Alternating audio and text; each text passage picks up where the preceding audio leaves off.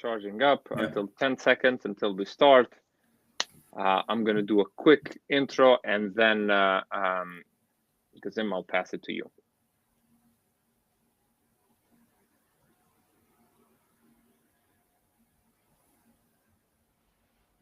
Hello, everybody. Welcome to our session. My name is Mentor Dida.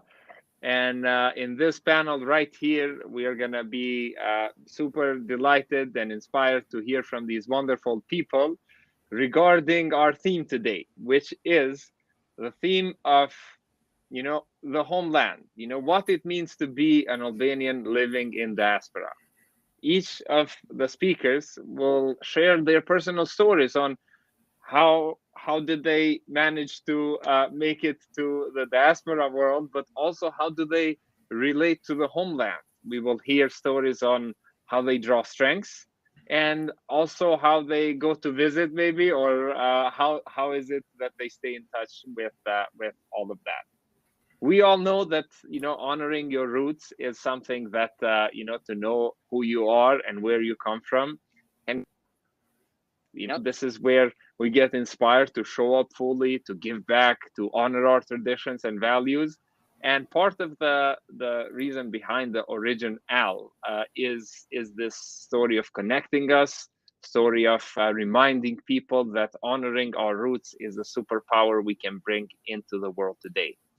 With me here today, we have four fantastic speakers. We have Mr. Gezim Qadraku, we have Mrs. Ilira Aliai, Mr. Richard Lukaj, and Mr. Ilir Zherka. The way we're gonna go through the presentations will be first Gezim will go, then Ilira, then Richard, and Ilir will close us in the end. So, dear audience, if you have any questions or comments, feel free to write it in the chat or let us know. And then after these presentations, which are like 5 to 7 minutes, are finished, we will have the opportunity to engage with you all, to answer any questions, and just have a nice conversation for us to wrap things around. All right? So, are we ready to start? Gezim, take over, my friend. You are the first one. Welcome to the stage. Thank you, Mentor, and thank you for inviting me. So let's get to my experience. I was born in Kosovo, but I left my country when I was 2 years old. I moved to Italy with my parents, and we lived there for 20 years. 6 years ago, I moved to Germany, but today I'm going to focus on my Italian experience.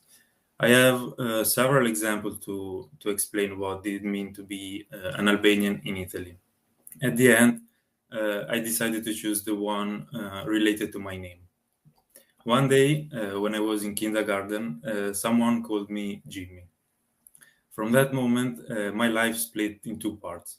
So I was Gezim at home with my parents, and as soon as I got outside, I became Jimmy, so with my friends at school.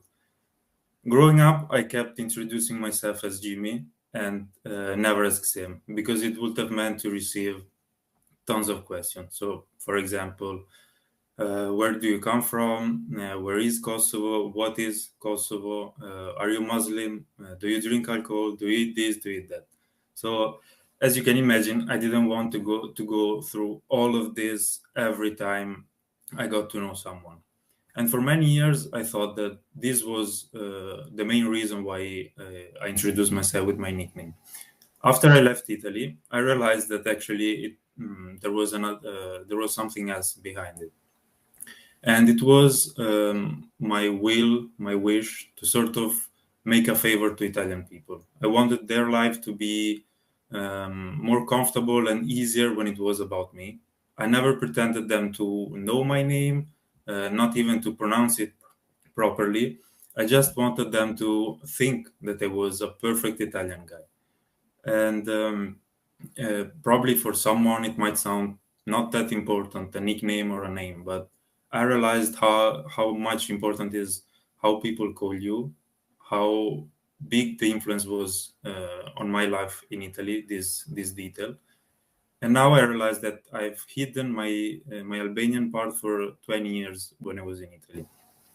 And I didn't do that because I didn't like being Albanian, or I had bad feelings about my country or my culture, nor because someone asked me to do it.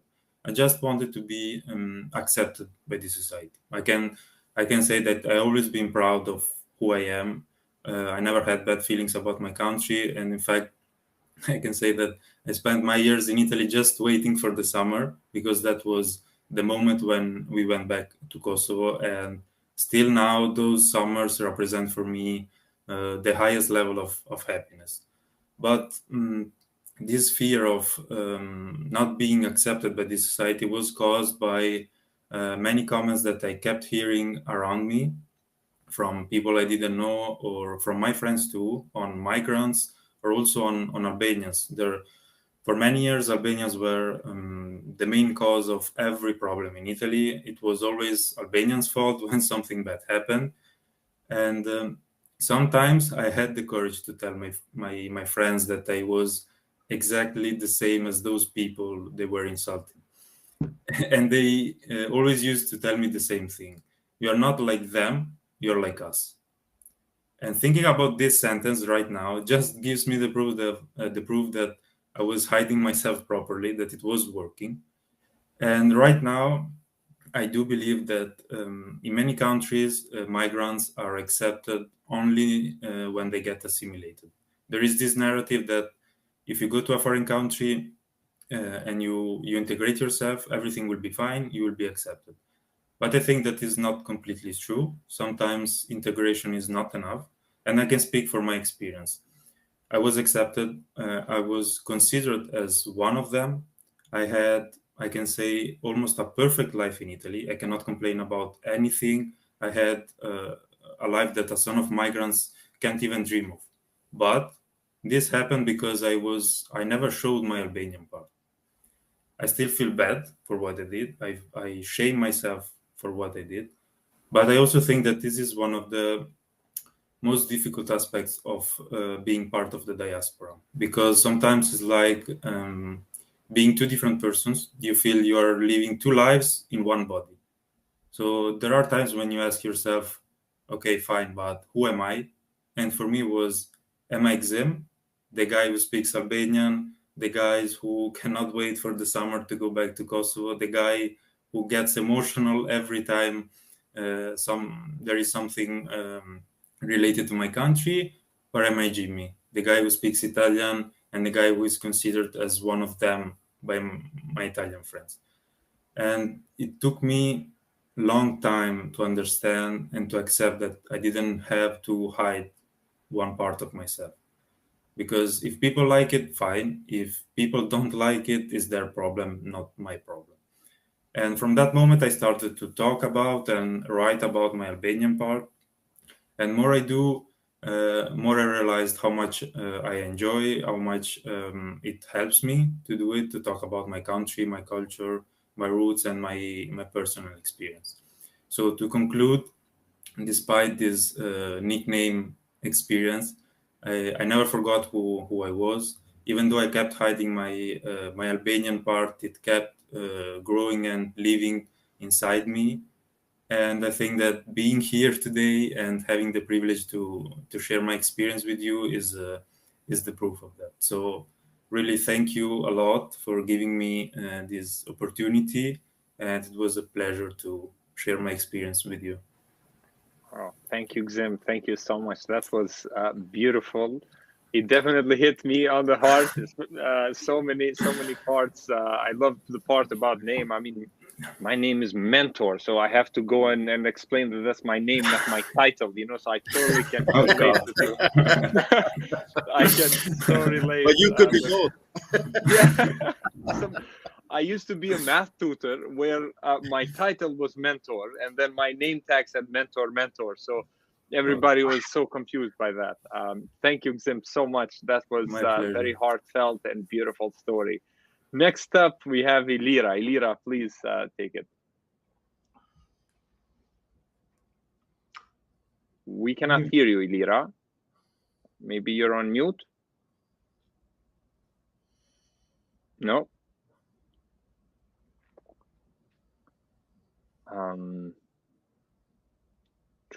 Try maybe if you go on the settings, try to change the microphone. I see some comments. Thank you, Najia, for the comments. Mersin, thank you so much for the comment. Najia, again, you're a star. Ilira. Do you hear me now? Yep, now we hear you. Oh, perfect. That's great. All right. Okay. So go ahead. I got a slight heart attack, but we got it. That's great. I'm very overwhelmed with the whole technical aspects, but we got it. Yeah, I will take 30 seconds before I start my presentation to just thank Gezim so much for what he just shared. Honestly, it's what I feel most thankful about these events is first and foremost the opportunity to hear my own story through somebody else's words. It's incredible. It shows to me, and I think to many of us, again and again and again, that first of all, we're not alone, that there is nothing wrong in our experience. Someone else has been through these things before. And I think this has a very empowering effect. I think that's wonderful. And thank you, Gezim, so much. It really resonated with me, your story. And so I'll start by telling a few things about myself. I was born in Saranda in the south of Albania, and in 1997 we moved with my family to Athens. That's where I spent basically all my life. I'm talking to you now from Germany, from Berlin. This is where I live in the past 6 years and a half. But the way that I relate the most with these topics is through my eyes as an Albanian Greek youngster, let's say, because that's been the longest part of my life, and that's been the one that shaped me the most.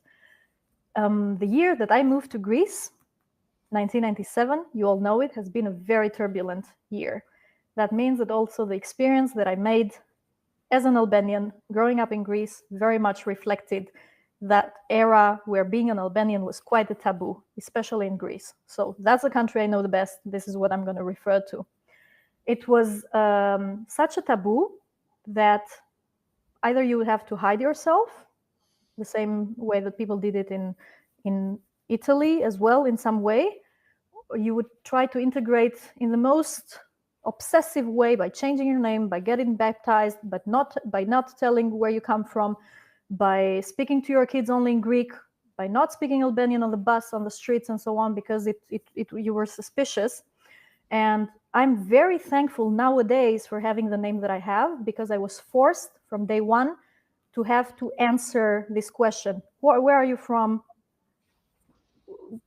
How do you do this and that? I don't know. I mean, I had to say from the beginning that I'm Albanian, and I put it out there, and I had to live with it. Nowadays, I'm thankful for that, because I didn't have to hide myself so much.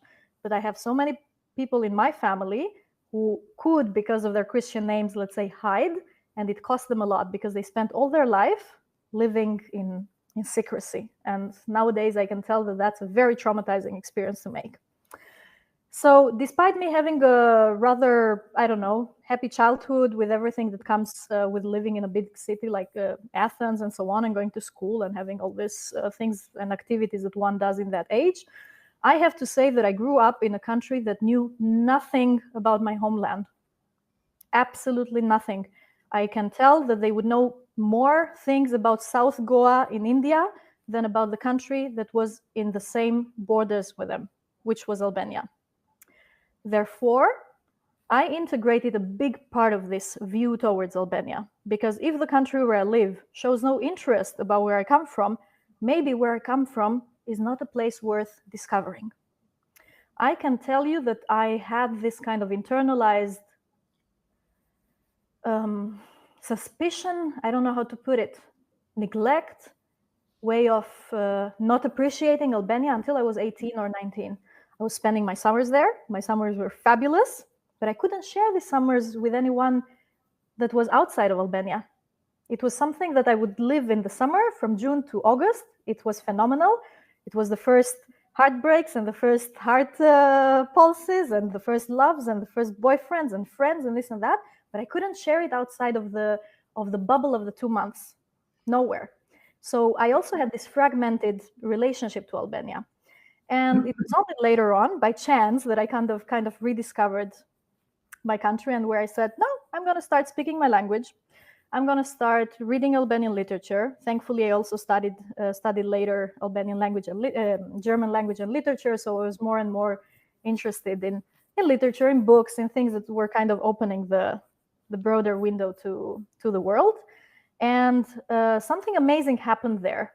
I started visiting Albania more. I went to the capital city because I thought that Albania starts in Saranda and ends in Ksamil. That was the border of my Albania. My brother moved to Tirana, so I went to the capital city and I was like, whoa, this is a cool place to be.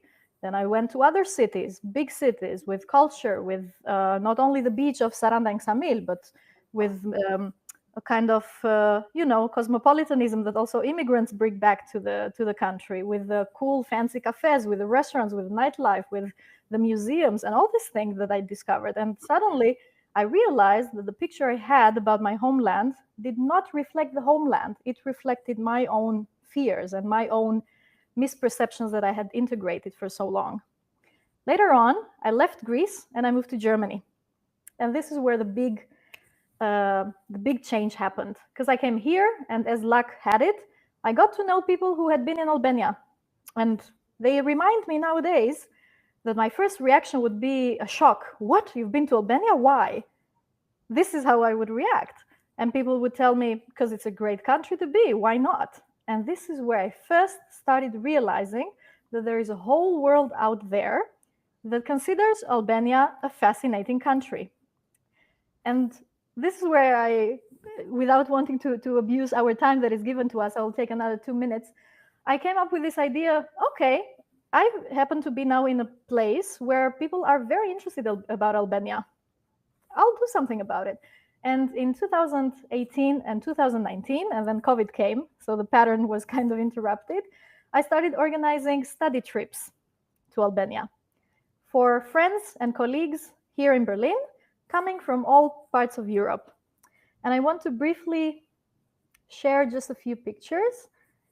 And Mentor, you will tell me if that's going to work out. Let's see.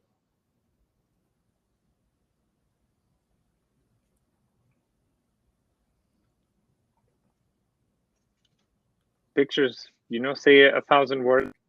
Yeah. Do you see We're this? going the extra mile. We do. Yes. Oh, that's great. I don't see you anymore, but you will tell me if there is something that I'm doing wrong here. So I went with like 13 colleagues from Berlin and other parts of Europe to Tirana. And we did all sorts of activities like getting to know the city and getting to know the history. Here we are at the Museum of History in Tirana. And we did activities about the language. I don't know if you see this picture here where it says Mirmunjes and Guten Morgen. So we started kind of, I don't know, with playful activities, getting to know a little bit about the other language. And we went to amazing places such as the House of Leaves, Shtëpia Gjeteve in Tirana, where we found out, we learned a lot about the terrible isolation of the 50 years during communism. And this is the house basically of surveillance. And this is something that put also for me the Albanian history a little bit in the global or European or global scale. It was realizing that what my country has been through, let's say, is not just something that happened in an isolated bubble, but it's also a part of European and global history. I think that's a very, very important feeling important experience to make, to realize that you are not some sort of historic accident in the world, but you are part of a bigger world community, even when it comes to such dramatic events. This is a group that I traveled the first year with. And of course, we also did fun activities such as, I don't know, going out and visiting cool places and bars, and it all belongs to this kind of trips. And we met also with fascinating people. You see here a meeting that we had with Fatos Lubonia, who is one of the dissidents and biggest intellectuals in Albania. It was such a great luck and opportunity in this study trip to meet with people who have amazing, fascinating stories to tell. We also met with Agron Tufa, for instance, who was back then the director of the institution that researches the crimes during communism, also a very important personality of Albania. We also went to Berat, for instance. We had there the opportunity to get to know the city, a medieval city with such a great and important history. We even got to visit the Solomon Museum, where there is an archive about hundreds of Jewish people who were saved by Albanians during the Second World War, during the Holocaust. You know, these were all fascinating experiences. And we are here at Muligiu in Tirana, just ending. This is the final dinner we had there, and trying the local cuisine and so on. These are just a few pictures to give you a glimpse of the things that we did. And it was not just a great experience for my guests to make in Albania. It was a great experience for me, for myself. It was like a gift that I gave to myself, and that I realized that we do not lack anything, but we need to have the courage. We need to have the curiosity to get to know our country with the same curiosity that we have when we go to all these cosmopolitan places in Europe or around the world. We should discover our homeland with the exact same curiosity, because we have so much to show to ourselves and the others. And as I said, unfortunately, COVID came, and I couldn't continue the third trip, which actually was prepared and designed to go with people with my own biography there, meaning Albanian people living in Germany, in Greece, in Italy, elsewhere, whoever would be interested to go and see Albania, not just as tourists, but a little bit kind of rediscovering our roots. And I'm so thankful and so happy that Germin is taking this big step now and is launching this event, because it's like a big format of my little tiny program that I had back then in my mind. So that's all. These are my 2 cents. I think I took a bit more time than you gave me, but I hope that's okay. Thank you, Mentor.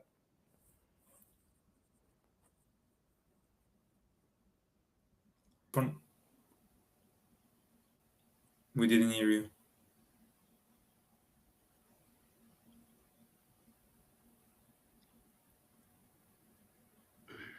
Richard. I'm gonna jump in here. I think I got Mentor's sign language. So first, I too want to thank Gezim and Ilira.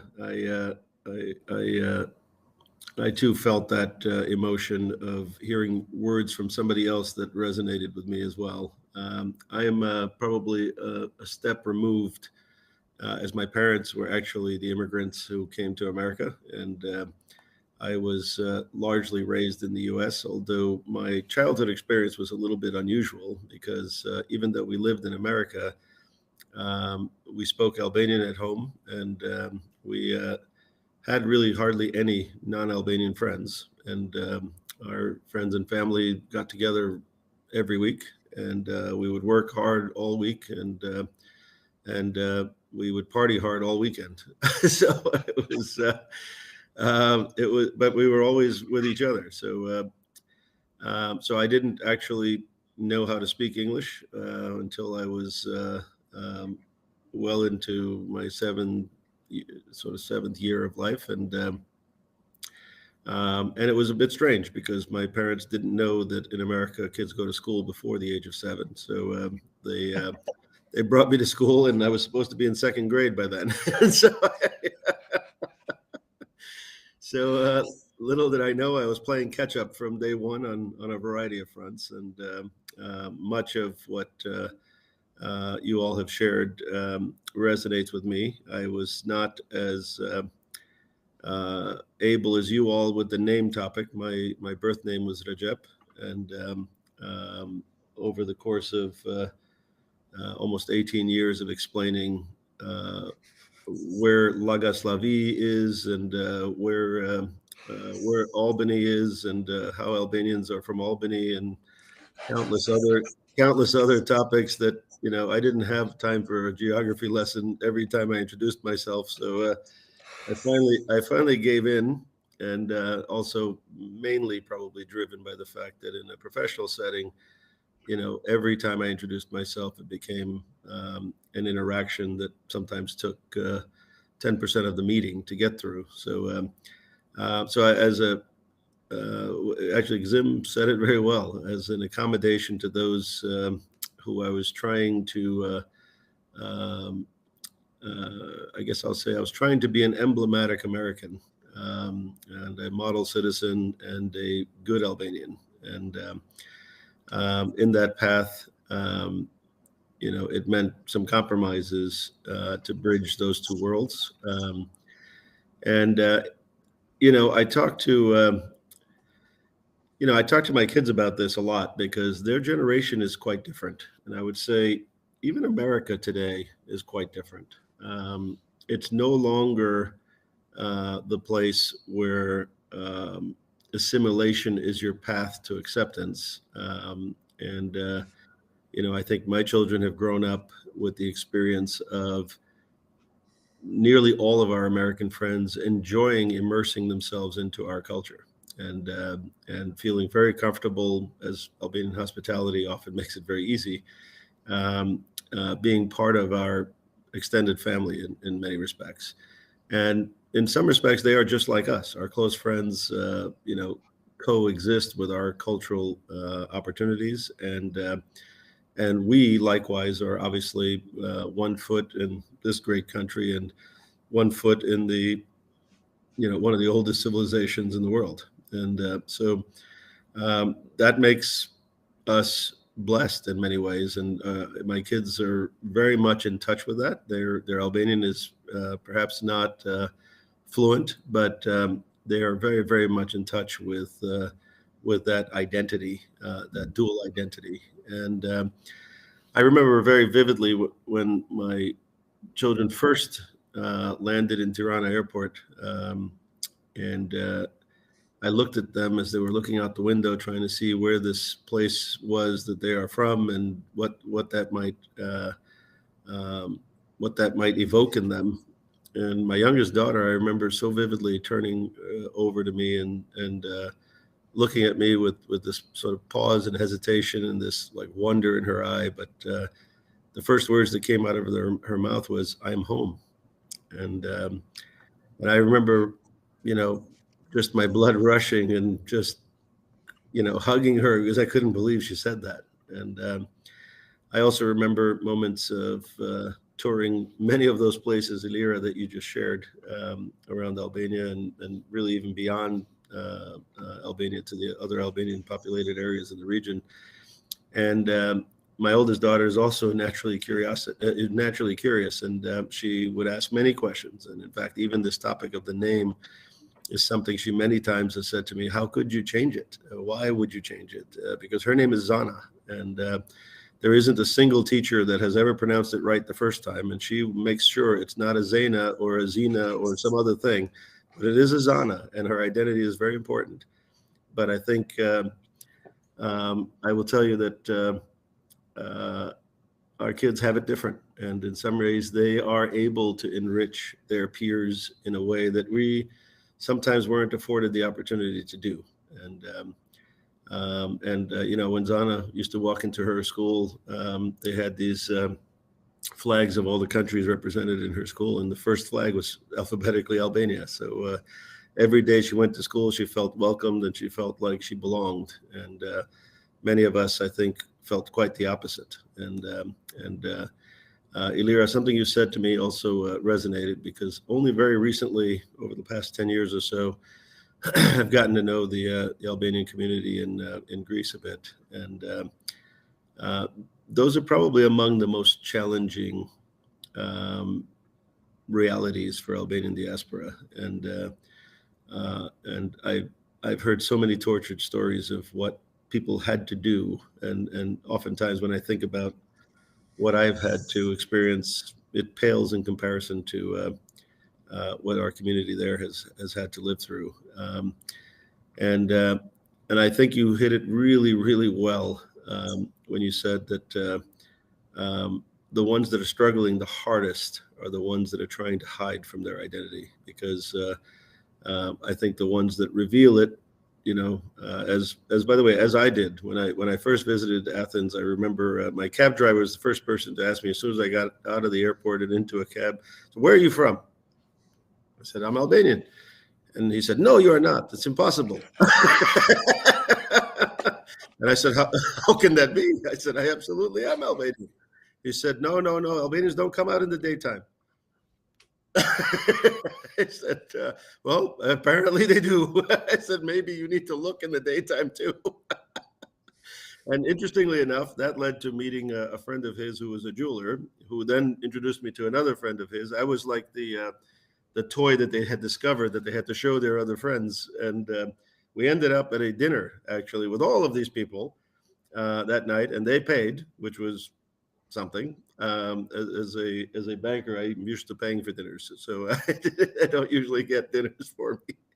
But we ended up having an amazing night of mutual discovery. And these were people that weren't necessarily racist because they were predisposed to it, but they were trained by virtue of these stories about the small group of people that did bad things, like every community has, and probably multiplied by the fact that so many in the community that were doing good things and working hard and educating themselves and contributing in so many ways were invisible to them.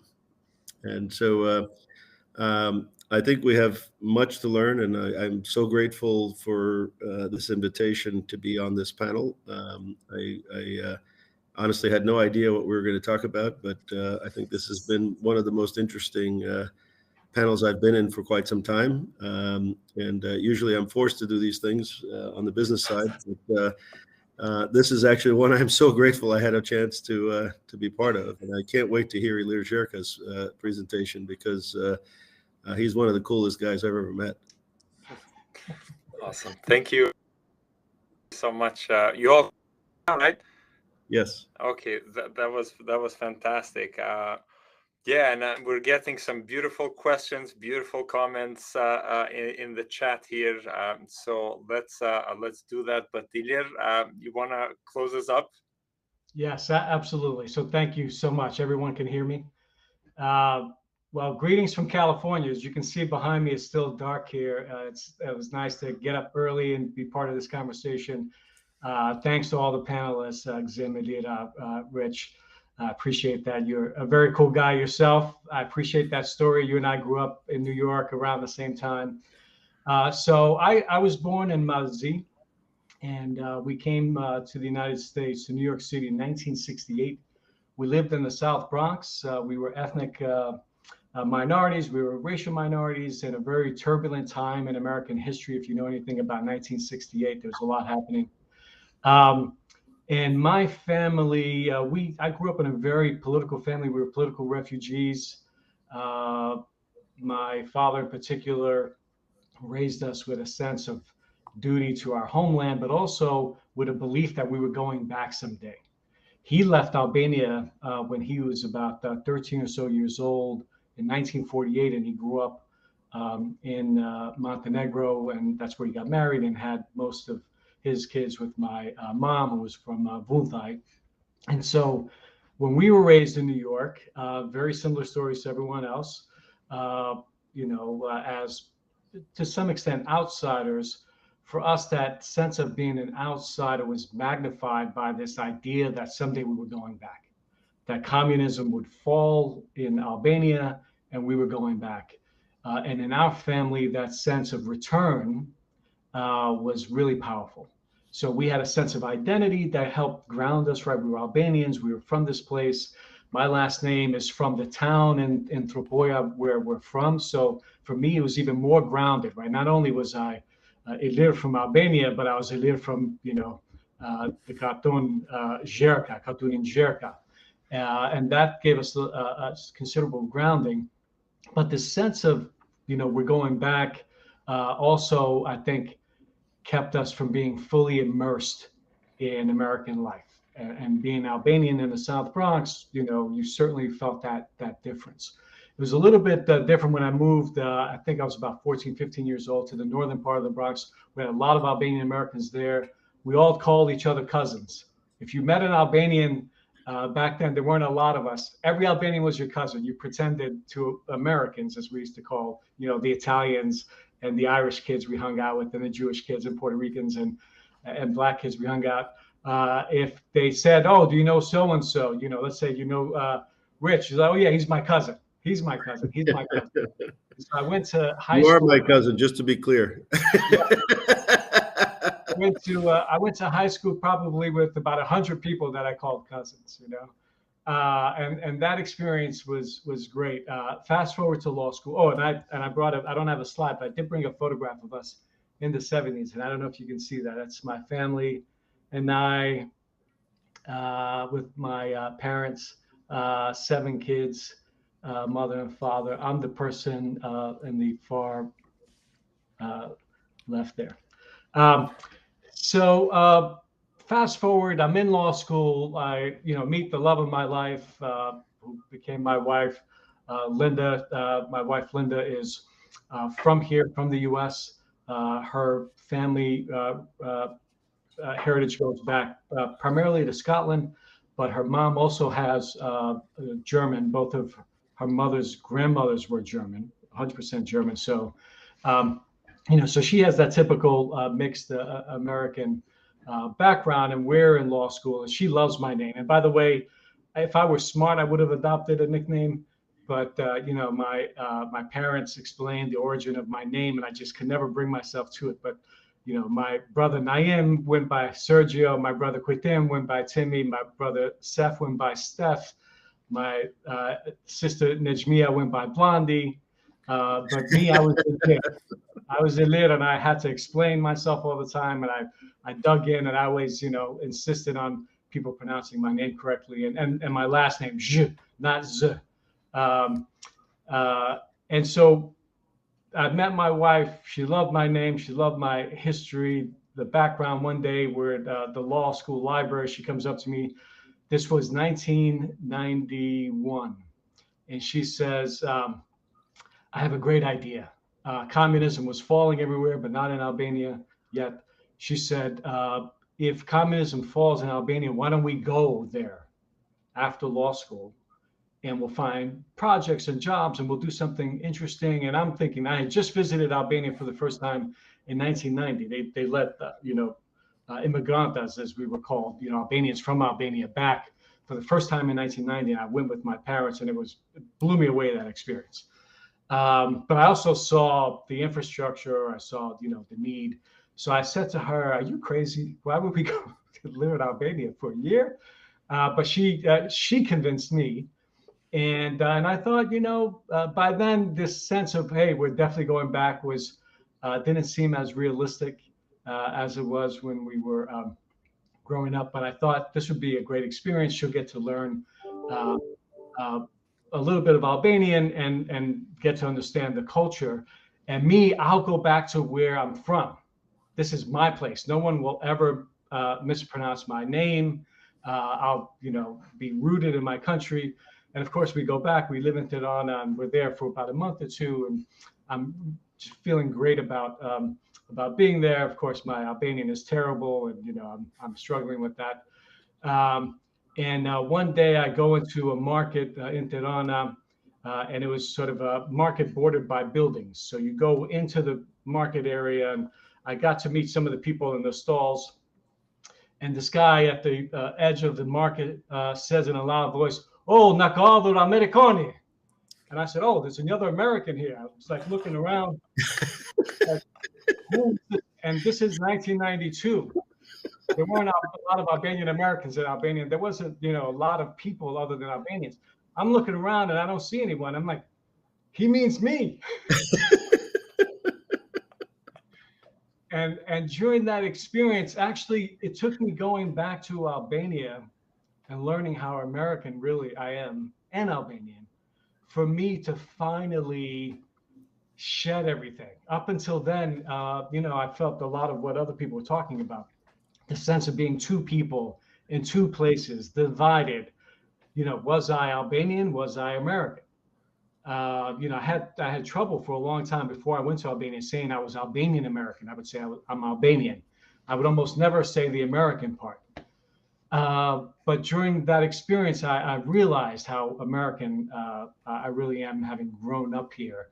And that's okay. Actually, it's great. There are a lot of things about being American that are fantastic. And then there are a lot of things about being Albanian, the sense of family, the sense of respect, the sense of serving other people. We were very traditional, being from Tropoja in my family. And a lot of Albanian culture was ingrained in us, and it's something that I've brought into my life and into my family. And I'll close out, Mentor, with just one story about names. So my wife and I, as we were having kids, we're like, okay, well, what are the names we're going to use? And so she had, some names in her mind before she met me that were very American. I was like, no, we can't do that. I had names that were very Albanian. She's like, no, we can't do that. And so we decided we would use names that were universal. We named my son Alexander, and we named my daughter Hannah. And the idea was that those names work in both Albanian and in English. And then fast forward, my son, who got into sports early, playing baseball, starting around age 8 or so, was never called Alec, which is what we call him at home by his nickname, but was always called Zherka. It's like, all right, we'll take it. we would meet his friends' parents, and we would say Alec this and Alec that, and they would say, "Who's Alec? You mean Zherka?" Like, yeah, I guess Zherka. Like, isn't that his first name? Anyway, so it's wonderful to hear these stories. I recognize that all of us took up most of the time, Mentor. I don't know how you want to spend the remaining 4 minutes, but it's been wonderful to hear people's stories. Thank you, Ilir, and thank you, everybody. We have some questions, but before we go to them, I have a question. Okay, and the question is, if you would sum it up in one sentence, okay, what is a gift that you carry with you from the homeland?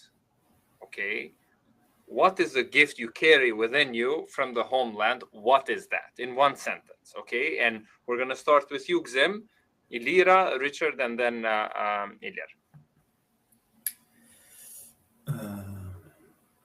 This strong feel of belonging to something that I don't see in other people, that we see only in us, in Albanians. Belonging. Thank you so much, Ilira. A thing that I definitely took from being Albanian and that I'm very grateful is resilience.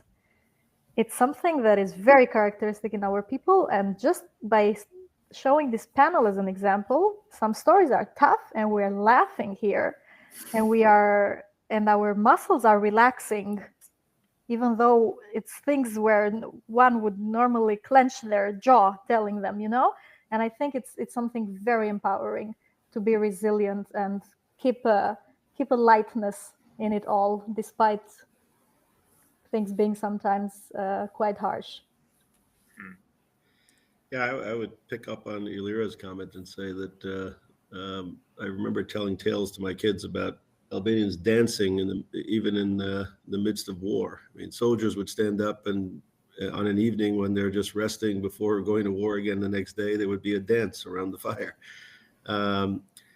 I think the other thing too that maybe motivates all of that is Albanians that are connected to their identity, I think also latch on to this ancient root that feels like a responsibility for every generation to carry forward, because so many civilizations have tried to erase us. And there is this historic, I'll call it almost tradition that is passed on to survive, prevail, preserve.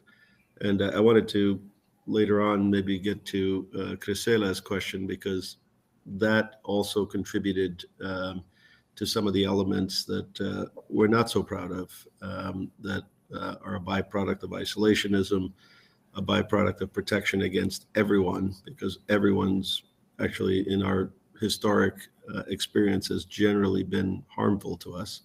Outsiders being perceived generally as bad because that history is tortured and long. But I think as a general matter, we have this unwritten history that is about connecting to that original root and protecting it, no matter where you go. I mean, I've met Albanians literally in every part of the world, and we all share that in common. I've been called cousin in Switzerland. I've been called cousin in Germany. I've been called cousin in London and other places. So with people I'd never met before, and always received this sense of belonging together, even though, and eventually over the course of time, and my kids actually represent it a little bit differently, because in their minds, they think there's 300 million Albanians around the world, because everywhere they go, there's Albanians. Yeah. Thank you, Richard. Ilir, what about you? I would say for us, a big a sense of service, right? You're supposed to treat your guests better than you treat yourself. You give them the larger piece of something. You give them the best food. You serve them yourself. So this sense of mitsi is a very powerful thing. It's something that is central to my family's life, and something we've passed down to my kids. And I've seen them, when they were young, struggling, right? They would break a piece of chocolate in half, and one piece was larger than the other. They would look at it. They really wanted to keep that larger piece, but they knew they were Albanians and they had to give it to someone else.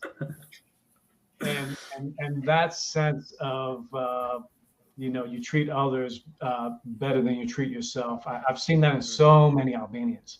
And when I know people who come back from Albania, they say, wow, the people are fantastic, or Kosovo or somewhere else where Albanians live. I know it's because it's that thing, right? That thing that we do that's central to our culture, and also to some other cultures too, but especially to Albanian culture. Yeah, wow.